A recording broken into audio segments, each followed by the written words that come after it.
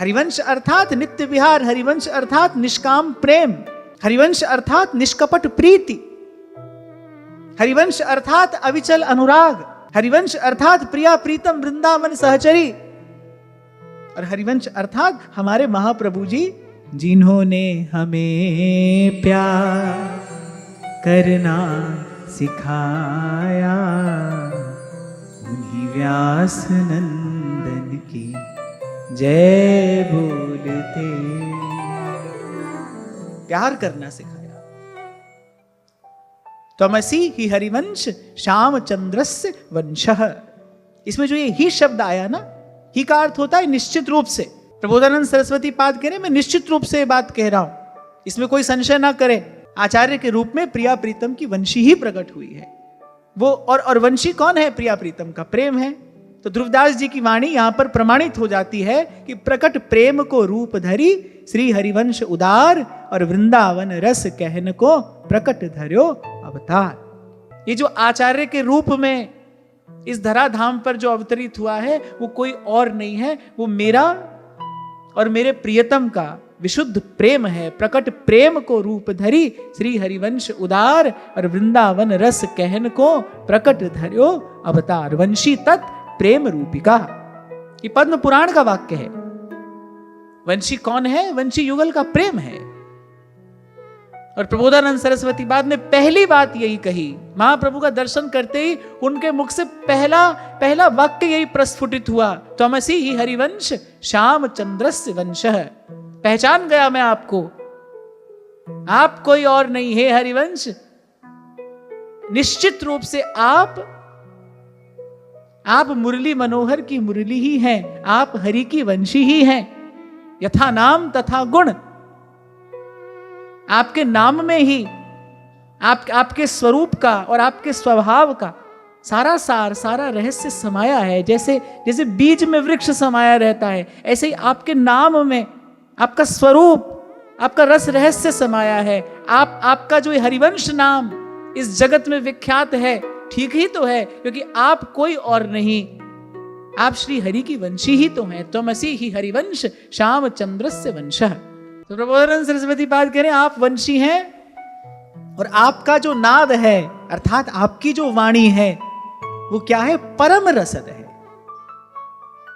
वो परम रस का दान करने वाली है। ये बात स्पष्ट होनी चाहिए। क्या है परम रस? सब साधनों का फल क्या है? श्री कृष्ण की भक्ति। और इस श्री कृष्ण की भक्ति रूपी फल का रस क्या है? राधा रानी के चरण, महारानी के चरण, रे मन भूल मत जइयो राधा रानी के। हमारी श्री जी के चरण है। सोई व्यास जी कह रहे हैं, किशोरी तोरे चरणन की रजपा। तो इस वंशी का जो नाद है, वो कौन सा रस देने वाला है? परम रस। और परम रस क्या है?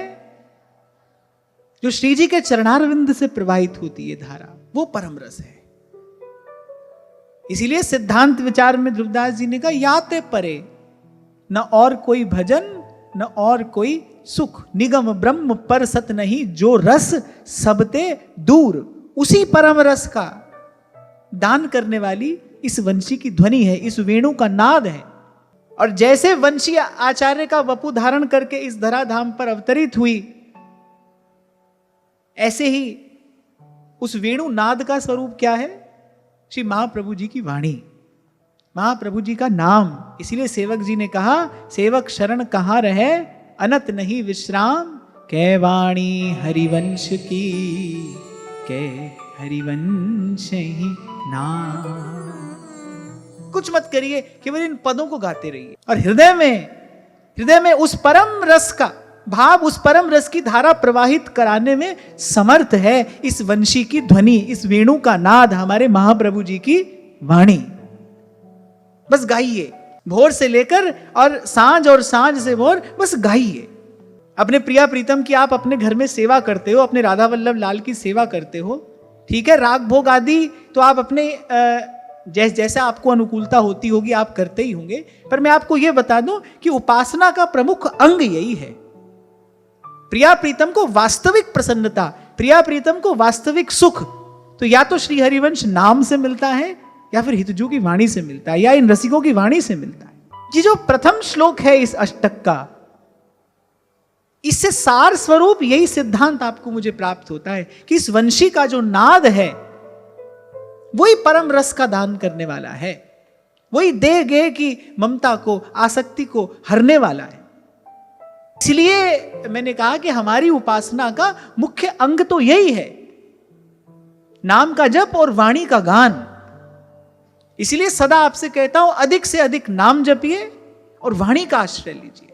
एक पद की एक पंक्ति याद कर लो, सुबह उठो 42 लीला की कोई एक पंक्ति याद कर लो, बस आते जाते अपने प्रिया प्रीतम को सुनाते रहो। कुछ दिन ऐसा करके देखो, देखना कैसा हृदय रस से सरोबार होने लगता है।